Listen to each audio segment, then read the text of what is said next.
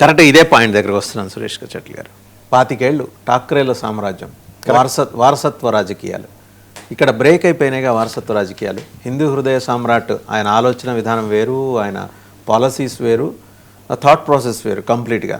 దానికి భిన్నంగా ఈరోజు ముస్లిం అపైజ్మెంట్ కోసం శివసేన గ్రూప్స్ రెండు కూడా వెళ్ళటం అనేది. అండ్ రెండోది పవార్స్ వాళ్ళ వారసత్వ రాజకీయాలకి బ్రేక్ పడింది. సో మహారాష్ట్రియన్స్ తిరస్కరించారు వారసత్వ రాజకీయాల్ని. రేపొద్దున ఈ మోడల్ వేరే రాష్ట్రాలకు విస్తరించే అవకాశం ఉందా? పవార్ గారి గురించి చెప్పలేదు మీరు. అదే పవార్ గురించి చెప్తున్నా అండి. పవార్ ఇంకోటి థాక్రేస్ అండ్ పవార్స్. ఓకే, థాక్రేస్ అట్లీస్ట్ ముంబైలో వాళ్ళ కొంచెమైనా ఉంచుకున్నారు వాళ్ళు. పవార్ ఆలోచించండి, పూణే అంటే వాళ్ళదే, ఇంకా ఎవరు అక్కడ ఒక 10 సీట్లు కూడా గెలవలేరు. Pimpri Chinchwad Pune suburb industrial area, అక్కడ కూడా ఎవరు రాలేరు ఇన్ని సంవత్సరాల నుంచి. ఈసారి మొత్తం తీసుకెళ్ళిపోయారు బీజేపీ. ఎందుకు ప్రజలు ఎందుకు ఓటేశారు? అది అక్కడ మీరు ఆలోచించాలి. ఇదే మెయిన్ ప్రాబ్లం అన్నమాట. దట్ వాళ్ళు కూడా చూసుకుంటున్నారు. వీళ్ళు ప్రైవేట్ లిమిటెడ్ కంపెనీలు, అది ఒకటి కాంగ్రెస్లో ఉంది, జవహర్లాల్ నెహ్రూ, ఇందిరాగాంధీ, రాజీవ్ గాంధీ, రాహుల్ గాంధీ, సోనియా గాంధీ, రెహాన్ వాడ్రా నడుస్తూనే ఉంటుంది. బయట వాళ్ళకి ఛాన్సే లేదు. మల్లికార్జున్ ఖార్గే లాంటి వాళ్ళని ఒక్కడ దృష్టి బొమ్మలా పెట్టుకుంటారు అంతే. అక్కడ సంతకం పెట్టడానికి పవర్ లేదు ఆయనకి పాపం. అంత పరిస్థితి. ఇది Uddhav Thackeray same problem, same issue. ఆయనకు ఆయన ఆదిత్య థాక్రే అని ఆయన కొడుకు అట్లా నడుస్తుంది అనమాట. నెక్స్ట్ ఇటువైపు చూస్తున్న పవార్ ఫ్యామిలీ. ఈ శరద్ పవార్ అనే వ్యక్తి ఒక టైంలో మహారాష్ట్ర పాలిటిక్స్లో చాలా పెద్ద ఫిగర్ ఉండే, ఈవెన్ దేశ రాజకీయాల్లో కూడా. కరెక్ట్. ఆ టైంలో యశ్వంతరావు చౌహాన్ వీళ్ళందరూ ఉన్నప్పుడు కూడా చాలా మటుకు శివరాజ్ పాటిల్ మహారాష్ట్రలో ఈ వాజ్ ద కొలోసస్. ఇప్పుడు చూడండి ఆయన పరిస్థితి ఎట్లా అయిపోయింది. పూణేలో గెలవలేకపోతున్నారు, పింప్రి చించ్వాడ్లో గెలవలేకపోతున్నారు, ఎక్కడ లేనైపోయింది. వీళ్ళు డిస్ప్యూట్ ఏముండే అంటే ఎవరు ఎన్సీపీ, రియల్ ఎన్సీపీ అని చెప్పి అజిత్ పవార్ వచ్చి కొంచెం స్టైల్ కొట్టడం ఎక్కువ మొదలుపెట్టారు. మనకు అందరు తెలిసిందే. ఈవెన్ దేవేంద్ర ఫడ్నవీస్ గారిని డిక్టేట్ చేయడానికి ట్రై చేశాడు, నాకు ఉప ముఖ్యమంత్రి కావాలని చెప్పి. యాక్చువల్లీ ఆయనకి ఇవ్వక్కర్లేదు. నా ఆసారి కూడా ఏదో టెలివిజన్ డిబేట్లో చెప్పాను ఈ మాట. You should not give him, ఆయనకి అంత ఇంపార్టెన్స్ ఎందుకు ఇస్తున్నారు? He is nobody Ajit Pawar, కానీ ఇచ్చారు. ఇప్పుడు చూడండి, ఇప్పుడు నెక్స్ట్ స్టెప్ దేవేంద్ర ఫడ్నవీస్ తీసుకొని ఈయన తీసి బయటపడేయాలి అంతే. కానీ ఉంచుకుంటారు ఎందుకంటే ఇట్స్ యూస్ఫుల్. ఎందుకంటే శరద్ పవార్ అనే వ్యక్తి ఇంకా ఈ పాలిటిక్స్లో, మహారాష్ట్ర పాలిటిక్స్లో ఉండరు అంతే. ఆయన ఆనియన్ పాలిటిక్స్లో ఉంటారు కానీ, షుగర్ పాలిటిక్స్లో ఉంటారు కానీ, ఈ పాలిటిక్స్లో రాలేరు. ఆయన ఉల్లిపాయలు అమ్ముకోవచ్చు. సో సుప్రియ సులేని తీసుకొచ్చి నంబర్ 2గా పార్టీలో పెట్టి వీళ్ళిద్దరు పార్టీలు మర్జ్ అయిపోతారు. నెక్స్ట్ ఒక 2-3 నెలలు కాబోతుంది ఇది. ఎందుకంటే వాళ్ళ ఫ్యూచర్ అయిపోయింది. లేకుంటే ఉంటే కూడా తోడు ఉంటే ఏదైనా ఒకటి కలుస్తారు. సుప్రియా సులేని ఏదో ఒక రోజు బీజేపీలో చూడొచ్చు మనం. అది కూడా జరగచ్చు బహుశా. ఆమెని నంబర్ 1 ఎప్పుడు చేయలేరు పార్టీలో, అజిత్ పవార్ ఉంటారు. సో న్యాచురలీ నంబర్ 2గా ఉండాల్సి వస్తుంది ఆమె. ఏదో ఒక రాజ్యసభ సీటో ఏదో ఒక లోక్సభ సీట్ ఇస్తారు ఆమెకి. ఆ పరిస్థితుల్లో డెఫినెట్గా ఎన్సీపీ అనే ఒక పార్టీని కంప్లీట్గా బీజేపీ చూడండి, బీజేపీ స్ట్రాటజీ చూడండి. వాసుదేవన్ గారు వాళ్ళు ఒక 20 సంవత్సరాల ముందు దేవర్ జూనియర్ అలయన్స్ పార్ట్నర్, పెద్ద కిలాడీలు వీళ్ళు. కాంగ్రెస్ ఆలోచించండి, 50 సంవత్సరాలు, 50 నుంచి 60 సంవత్సరాలు ఆల్మోస్ట్ మహారాష్ట్రాన్ని పరిపాలించింది కాంగ్రెస్ పార్టీ. అప్పుడు బీజేపీ లేదు, తర్వాత శివసేన వచ్చింది, ఎక్కడ లేరు. ఇప్పుడు చూడండి బీజేపీ ఏం చేశారు, ఫస్ట్ జూనియర్ పార్ట్నర్గా ఉన్న శివసేనతో ప్రాబ్లం లేదు, స్ప్లిట్ చేశారు. శివసేన స్ప్లిట్ చేయకుండా బీజేపీ తెలిసిపోయింది స్ట్రాటజీ వర్క్ కాదు అని చెప్పేసి. కాంగ్రెస్ని చూడండి కంప్లీట్గా ఫినిష్ చేశారు. స్టేజ్ బై స్టేజ్ కాంగ్రెస్ని ఫినిష్ చేసుకుంటే ఇదే థ్రెట్ దక్షిణాది రాష్ట్రాల్లో ఉన్న ప్రాంతీయ పార్టీలకు ఉండే అవకాశం ఉందా? లేదు. ఎందుకంటే ఇక్కడ ఎమోషన్ ఎక్కువ నడుస్తుంది. మీరు ద్రవిడియన్ ఎకనామిక్స్ చూడండి, ద్రవిడియన్ పాలిటిక్స్ చూడండి, ద్రవిడియన్ అపీల్ చూడండి. వాళ్ళు యాంటీ హిందూ యాటిట్యూడ్ తీసుకుంటారు. ఈరోజు కూడా ఉద్ధవ్ థాక్రే గోమూత్ర తాగుతారు హిందువులు అని అన్నీ చెప్పిన ఉద్ధవ్ థాక్రే ఇప్పుడు కూడా హిందూ ఓటుతోనే ఆయన బయటకు వచ్చింది. కొంచెం ఆయన మరాఠీ ఓటు ఉండే. ఇవాళ పొద్దున ఒక ఏదో ఛానల్ డిబేట్లో చూశాను, it is hardcore Hindutva and soft core Hindutva. కాషాయం హార్డ్ కోర్, చాలా డార్క్ కాషాయం, లైట్ కాషాయం, ఇదే నడుస్తుంది. కానీ కాషాయం ఎక్కడ వెళ్ళలేదు, అక్కడే ఉంది. వీళ్ళిద్దరు పార్టీ దానికోసం వెళ్తున్నారు. కాంగ్రెస్ ముస్లిం ఓట్లకు వెళ్ళిపోతున్నారు. సో ఈ కన్ఫ్యూజ్డ్ థియేట్రిక్స్లో ఉద్ధవ్ థాక్రేకి ఇప్పుడు అర్థం కావట్లేదు, నేను ఇక్కడ వెళ్ళాలన్నా 2 గుర్రాల మీద కాలు పెట్టలేరు. He has to take a call now. ఎందుకంటే ఇప్పుడు ఏం చెప్పినా కానీ technically leader of opposition is Uddhav Thackeray. Congress లేదు, ఎన్సీపీ లేరు, ఎవరు లేరు, వీళ్ళిద్దరే ఉన్నారు. సో రియల్ శివసేన ఎవరు అనేది డిస్ప్యూట్ అది ఇంకా నడుస్తూనే ఉంటుంది కొన్ని రోజులు. ఎందుకంటే ముంబైలో ఈ he's proved that he is number 1. Mumbai బయట NCP out, Shiv Sena Shinde faction అక్కడ కూడా ప్రూవ్ చేయలేకపోయారు, rest of Mumbai except Thane and Mira Bhayandar. So మీరు ఈ 2 స్థానాలు తీసేసి థానే ఈజ్ హిస్ స్టాండ్ అక్కడే. నారాయణ రానే కొంకన్లో ఉన్నారు కానీ he is not come up that much. వాళ్ళ కొడుకు కొంచెం ఎక్కువ నాయిస్ చేస్తాడు కానీ ఆయన ఎక్కువ చేయరు ఆయన. ఈ పరిస్థితుల్లో వాసుదేవన్ గారు ముంబై మున్సిపల్ కార్పొరేషన్ ఇంత ప్రామినెన్స్ ఎందుకు ఇస్తారని నేను చాలా మటుకు మీకు చెప్పాను. ఈ రెస్పాన్సిబిలిటీస్లో కూడా చూస్తే రోడ్స్ మన దగ్గర చాలా మటుకు సిటీలో ఉన్న రోడ్ బడ్జెట్ అంతా కంట్రోల్ చేస్తున్నది ఐదర్ జిహెచ్ఎంసీ ఒకవైపు, సికింద్రాబాద్ కంటోన్మెంట్ వైపు, లేకుంటే roads and buildings including state highway and national highway ఇక్కడ నడుస్తున్నాడు. ముంబైలో అది కాదు. ఆల్మోస్ట్ 17,000 కోట్లు లాస్ట్ ఇయర్ 700 కిలోమీటర్ రోడ్ని కాంక్రీట్ చేయడానికి శాంక్షన్ చేశారు. 17,000 కోట్లు. ఇన్ఫ్యాక్ట్ ఎస్టర్డే ఐ సా మన షిండే గారు స్టేట్మెంట్ ఇస్తున్నారు దట్ నెక్స్ట్ ఇయర్ ఏప్రిల్ లాగా మొత్తం బాంబేని మ్యాక్సిమంగా కాంక్రీట్ రోడ్లు వేసేస్తాం. ఎందుకంటే చాలా వర్షం పడుతుంది అక్కడ ఘోరంగా. మీరు ఎంత వేసినా కానీ నార్మల్ బిటమిన్ రోడ్స్ ఉండవు, టార్ రోడ్లు ఉండవు, పోతుంది అది. కాంక్రీట్ చేస్తున్నారు. సో పాట్ హోల్ ఇష్యూస్ ఉండదని చెప్పేసి చూడాల్సింది అది. డెఫినెట్గా ఇంప్రూవ్మెంట్ కావాల్సింది అక్కడే. వాటర్ సప్లై నేను చెప్పాను చూడండి, ఇక్కడ ఉన్న 7 లేక్స్ నుంచి నీళ్ళు వస్తుంది అన్నమాట. ఒకటి తులసి, ఒకటి విహార్, ఒకటి బట్సా, తాంతా, ఇట్లాంటి చాలా మటుకు ఉన్నాయి. ఈ రివర్స్ ఈ లేక్ నుంచే నీళ్ళు రావాలి. దీన్ని సిటీ లిమిట్స్లో ఉంది. సిటీ లిమిట్స్ కాకుండా బయట కూడా ఉంది. మీరు పూణే వైపు వెళ్తే, కర్జత్ వైపు వెళ్తే అక్కడ కూడా చాలా మటుకు లేక్స్ నుంచి ముంబై వైపు నీళ్ళు తీసుకుంటారు. ఇది బిఎంసీ మళ్ళీ మెయింటైన్ చేస్తారు. మన దగ్గర ఎవరు చేస్తారు? Hyderabad metropolitan water board and sewerage. So BMC budget కింద ఇది కూడా వస్తుంది. Is it a right policy, wrong policy, we don't know, but it is working very well ముంబైలో. వేస్ట్ మేనేజ్మెంట్ ముంబైలో ప్రతిరోజు 8,000 నుంచి 10,000 మెట్రిక్ టన్స్ గార్బేజ్ లిఫ్ట్ చేస్తారు. Again we are talking of only BMC. So core Mumbai again processing మన దగ్గర separate body, of course GHMC outsource చేసేసారు అది. Public health and education, in fact నేను చెప్పాను చూడండి, 4 మెడికల్ కాలేజెస్ నడిపిస్తారు BMC. 4 medical college, 16 general hospitals, excellent, 4 specialised hospitals. అది కాకుండా డిస్పెన్సరీస్ అండ్ మెటర్నిటీ హోమ్స్ అంతా బిఎంసీ నడిపిస్తారు. జిహెచ్ఎంసీ దీని నుంచి నేర్చుకోవాలన్నా, లేకుంటే తెలంగాణ మెడికల్ కౌన్సిల్కి ఇచ్చేసేయాలన్నా, తెలంగాణ టీమ్స్ లాగా వాళ్ళు చూసుకుంటారా, that is up to them అనమాట. రోడ్స్ అండ్ ఇన్ఫ్రాస్ట్రక్చర్ మనకు తెలిసిందే. చాలా మటుకు అటల్ సేటు కానీ, కోస్టల్ రోడ్స్ కానీ, ముంబై మెట్రో కానివ్వండి, అది కాకుండా మన ఈ major roads with in the city కూడా చాలా మటుకు వాళ్ళు డెవలప్ చేస్తున్నారు. తెలిసిపోయింది. ఈవెన్ ఎస్టర్డే విక్టరీ స్పీచ్లో కూడా అదే అన్నారు Devendra Fadnavis, we are concentrating on development of infrastructure. నేను మీకు ఒక ఎగ్జాంపుల్ ఇస్తాను వాసుదేవన్ గారు. 2019లో నవీ ముంబై ఇంటర్నేషనల్ ఎయిర్పోర్ట్కి అప్రూవల్ ఇచ్చారు, బడ్జెట్ కూడా పెట్టారు Manmohan Singh government. Course implement చేయాల్సింది ల్యాండ్ అక్విజిషన్ స్టేట్ గవర్నమెంట్ చేయాలి. మోదీ గవర్నమెంట్ వచ్చినప్పుడు చూస్తే ఒక ఇటుక కూడా కదలలేదు. 2015 దాన్ని ప్రగతి దాంట్లో తీసుకొచ్చారు. ప్రగతి అంటే ప్రైమ్ మినిస్టీరియల్ ఒక రివ్యూ ఉంది, ప్రాజెక్ట్స్ 500 కోట్ల కన్నా ఎక్కువ అన్న దాంట్లో. అక్కడ వీక్ బై వీక్ ట్రాక్ చేస్తారు క్యాబినెట్ సెక్రటేరియట్. ప్రధానమంత్రి గారు ఎవ్రీ మంత్ మీటింగ్ పెడతారు. ఇప్పుడు 50 మీటింగ్లు అయినాయి ఇప్పుడు దాకా. దాంట్లో తీసుకొచ్చిన తర్వాత 2015లో ఫస్ట్ ఈ ప్రాజెక్ట్ రివ్యూకి వచ్చింది ప్రైమ్ మినిస్టర్ మోదీ మీటింగ్లో. 2025లో ప్రాజెక్ట్ ఇనాగరేట్ అయింది. ఆలోచించండి, నవీ ముంబైలో ఉన్న ప్రజలు వాళ్ళు సిటీకి రాక్కర్లేదు, ఇప్పుడు ఛత్రపతి శివాజీ టర్మినల్స్కి రాక్కర్లేదు, పాత శాంటాక్రూజ్ అక్కడ రాక్కర్లేదు. This is development. మీరు చేయండి, మీరు చేస్తే మీకు ఓట్లు వేస్తారు, లేకుండా ఎందుకు వేస్తారు? దానికోసం చూడండి, నవీ ముంబై బీజేపీ 1 అవుట్ రైట్ గెలిచేశారు వాళ్ళు. ఇది చేయాల్సింది ఇది. ఇక్కడ ప్రాబ్లం ఏంటంటే మన దగ్గర కూడా ఏంటి, మేము సిటీ ఇంకా ఎక్స్పాండ్ చేద్దాం కాదు. మీరు ఎంత చిన్న కొనుక్కున్న అడ్మినిస్ట్రేటివ్ యూనిట్స్ అంత ఈజీగా ఉంటుంది మీకు. రేవంత్ రెడ్డి గారు ఒక లెసన్ నేర్చుకోవాలి దాని నుంచి. మీ బడ్జెట్ సైజ్ ఇంక్రీజ్ చేయండి, మీరు సిటీ ఇంక్రీజ్ చేయడం కాదు పాలిటిక్స్ కోసం.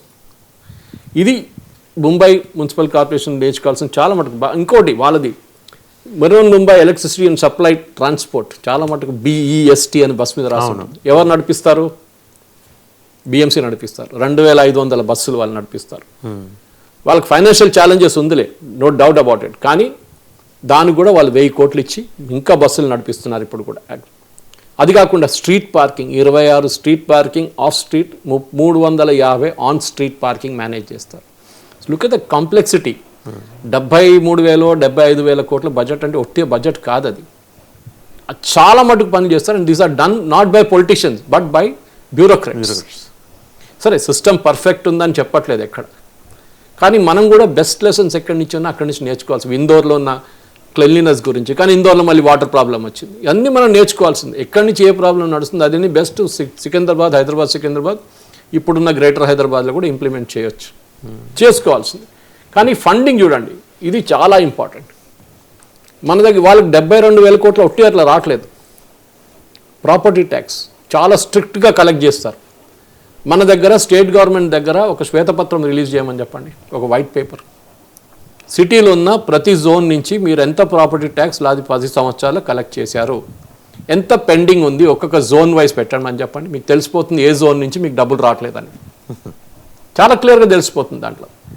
క్లియర్గా ప్రాపర్టీ ట్యాక్స్ ఒక్కటే మాట్లాడుతున్నారు, ఈవెన్ పవర్ బిల్స్ కూడా అది సపరేట్ స్టోరీ. డైరెక్ట్ అసెంబ్లీలోనే మాట్లాడారు కదండి దాని మీద. వాటర్ ఛార్జెస్, సివరేజ్ ఛార్జెస్ అన్నీ కలెక్ట్ చేస్తున్నారు కదా. అది కాకుండా బిల్డింగ్ పర్మిషన్ కోసం ఫీజు కలెక్ట్ చేస్తారు, పార్కింగ్ ఫీజు, ఫైన్లు, ఇదన్నీ బిఎంసీకి వెళ్తుంది. ఇక్కడ ట్రాఫిక్ పోలీస్ ఫైన్స్ ఎక్కడ పోతున్నాయి ఎవరికి తెలియదు, వాళ్ళు కలెక్ట్ చేస్తున్నారు ట్రాఫిక్ పోలీస్ వాళ్ళు. ఆ ఫైన్లు ఒరిజినల్ నాకు ఇప్పుడు గుర్తుంది, ఐ థింక్ సుదీప్ లక్టాగ్య గారు ఉన్న టైంలో అనుకుంటాను. ఆ టైంలో ఈ ఫైన్స్ అన్నీ ట్రాఫిక్ పోలీస్కి వెళ్ళేది. వాళ్ళ ట్రాఫిక్ లైట్స్ ఇంప్రూవ్ చేయడానికి, అది కాకుండా కిడ్నీ షేప్ ఐలాండ్స్ ఇంప్లిమెంట్ చేయడానికి, మన ఏం చెప్తారు మార్కర్స్ పెట్టడానికి, చాలా మటుకు దానికే ఉపయోగించారు ఫైన్లని. ఎవరు ఆబ్జెక్ట్ చేయరు, ఈవెన్ మోటరీస్ కూడా ఆబ్జెక్ట్ చేయరు, వాళ్ళ మంచిదానికి చేస్తున్నారండి. ఇప్పుడు ఇది ఎక్కడ పోతుందో తెలియదు, వెళ్ళి మొత్తం తెలంగాణ గవర్నమెంట్ ఫండ్లో పడుతుంది, అక్కడి నుంచి ఎవరు ఖర్చు పెట్టినా తెలియదు ఎవరికి. So this is where it is all about. మీరు బడ్జెట్ని ఇంక్రీజ్ చేసుకుంటూ పోతే, నేను ఇప్పుడు కూడా చెప్తాను వాసుదేవన్ గారు, మాకెంత నాకు నా ఇంటికి నేను కడుతున్నాను 3,000 4,000 రూపాయలు అంత కడుతున్నాను property. I'm ready to pay 2,000 more. అందరు కడతారని చెప్పట్లేదు, కానీ మాకు ఫెసిలిటీస్ ఇవ్వండి. మా ఇంటి బయట పేమెంట్ మొత్తం ఎంకరేజ్ చేసుకున్నారు మొత్తం ఈ హాకర్స్ అందరు కలిసి. ఎప్పుడో కోవిడ్ ముందు నుంచి మొదలైంది, ఇప్పుడు అదే నడుస్తుంది. జిహెచ్ఎంసీ ఏం చేయట్లేదు. ఏమైనా కంప్లైంట్ చేస్తే వచ్చి తీసేస్తారు, నెక్స్ట్ డే మళ్ళీ వచ్చి కూర్చుంటారు వాళ్ళు.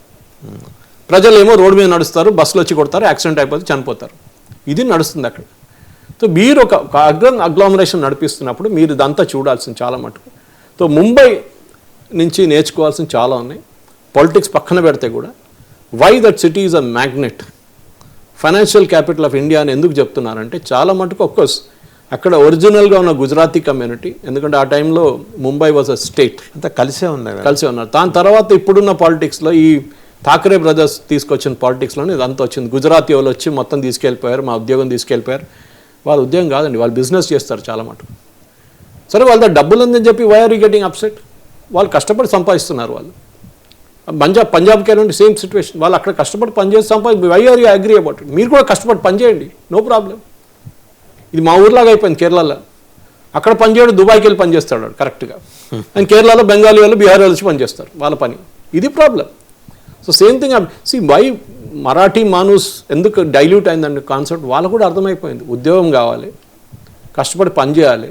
మేమందరూ ముంబై ఇడ్చేసి పూణే, కోల్హాపూర్, షోలాపూర్ అక్కడ వెళ్ళిపోతున్నారు వీళ్ళందరూ. ఎందుకంటే ముంబైలో ఉండలేకపోతున్నారు. Cost of living has gone so high. See Mumbai problem ఎక్కడ వస్తుందంటే వాసుదేవన్ గారు, ఒకవైపు సముద్రం, ఇంకోవైపు కొండలు. మీకు ఉన్నది కారిడార్ ఒకటే, నారో కారిడార్. సౌత్ ముంబై నుంచి వెళ్తూ పూణే దాకా వెళ్తుంది. అక్కడి నుంచి చాలా మంది ఇప్పుడు కూడా మీకు తెలుస్తుంది డెక్కన్ క్వీన్ అని చెప్పి మార్నింగ్ 6కి ఎక్కి 9కి బాంబేలో దిగుతారు, అక్కడ పూణేలో దిగుతారు, మళ్ళీ అక్కడి నుంచి రిటర్న్ వస్తారు. This is the daily affair అన్నమాట. ఎందుకంటే మీరు you have not created that infrastructure at that time. ఇప్పుడు మీరు వందే భారత్ తీసుకుంటే మీకు 1.5 అవర్లో మీరు వెళ్ళిపోతారు కావాలంటే ఆ టైంలో. సో దిస్ డెవలప్మెంట్ కావాలి. డెవలప్మెంట్ అనేది మన హైదరాబాద్లో ప్రాబ్లం లేదు, ఎందుకంటే మనకి వీఆర్ ఎ డెక్కన్ ప్లాటో. మనకి ఇక్కడ నుంచి 100 కిలోమీటర్లు పోతే కూడా మీరు ల్యాండ్ ఉంటుంది, మీకు ప్రాబ్లం ఉండదు. కానీ ఇక్కడ ఏం చేస్తున్నాం, ఇక్కడ కూడా 60 అంతస్తుల బిల్డింగ్లు కడుతున్నారు. Okay, that is their logic. Problem ఎక్కడ వస్తుందంటే the development of the cities చాలా ఇంపార్టెంట్. మీరు ఒకవైపు వెస్ట్ హైదరాబాద్ డెవలప్ చేసి east Hyderabad, south Hyderabad, north Hyderabad పక్కన పెడితే అదే ప్రాబ్లం మీకు రాబోతుంది. ఇప్పుడు ఎలక్షన్ మీరు గెలవచ్చు, లోకల్ పాలిటిక్స్ అది ఇది అన్నీ ఉంటుంది, కానీ సిటీకి ప్రజలకు కావాల్సింది ఏంటంటే రోడ్లు కావాలి, డ్రైనేజ్ సిస్టమ్స్ బాగుండాలి, తాగే నీళ్ళు ఉండాలి, ఇదన్నీ ఉంటుంది.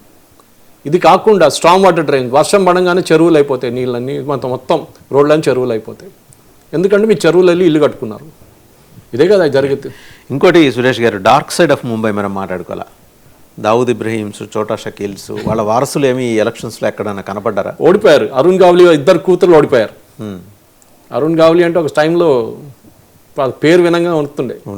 ఇన్ఫాక్ట్ నామినేషన్ వేసేటప్పుడు వెళ్ళారు ఆయన, కానీ క్యాంపెయిన్ చేయలేదు. వాళ్ళ వైఫ్ క్యాంపెయిన్ చేశారు. అరుణ్ గావ్లీ వెళ్ళాడు, నామినేషన్కి వెళ్ళాడు కూతుర్ది, కానీ క్యాంపెయిన్ చేయలేదు.